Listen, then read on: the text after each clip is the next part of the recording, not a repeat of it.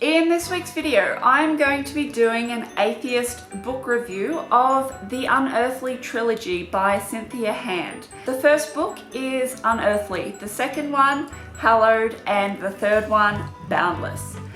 And the plotline to this story is about a girl named Clara Gardner, who was born part angel, and every angel is born with a purpose that they have to fulfill in their life.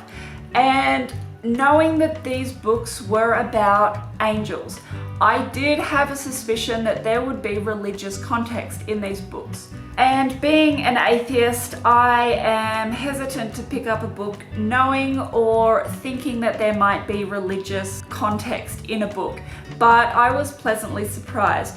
The story has a lot of twists and a lot of surprises in it, and there are religious parts in it where they are speaking about heaven, hell, and God and all that sort of stuff, but it is not overpowering. But if you are atheist and you're thinking about reading these books, it depends on exactly how atheist you are, depending if you're going to like it or not.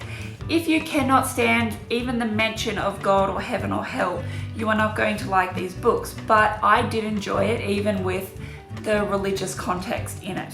I know this is not the most typical book review that you've seen before, but I thought I would give the atheist part of these books to other atheists that might be interested in reading them. They weren't the most fantastic books that I've ever read, but I still did really enjoy them. Part of the book had a little bit of things that you're supposed to figure out in the book, but the funny thing is there is a little bit of a plot that starts from the start of the book and finishes, I think, near the middle of the second book.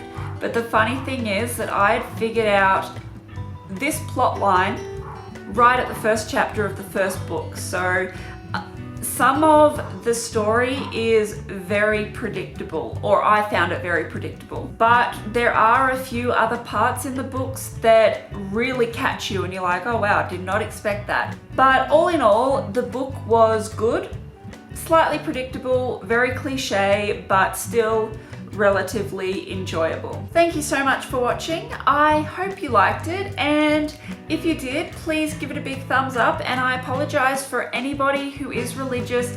I mean, no disrespect to anybody else, it's just my personal opinion of these books being an atheist. I love you all, and I will see you next week.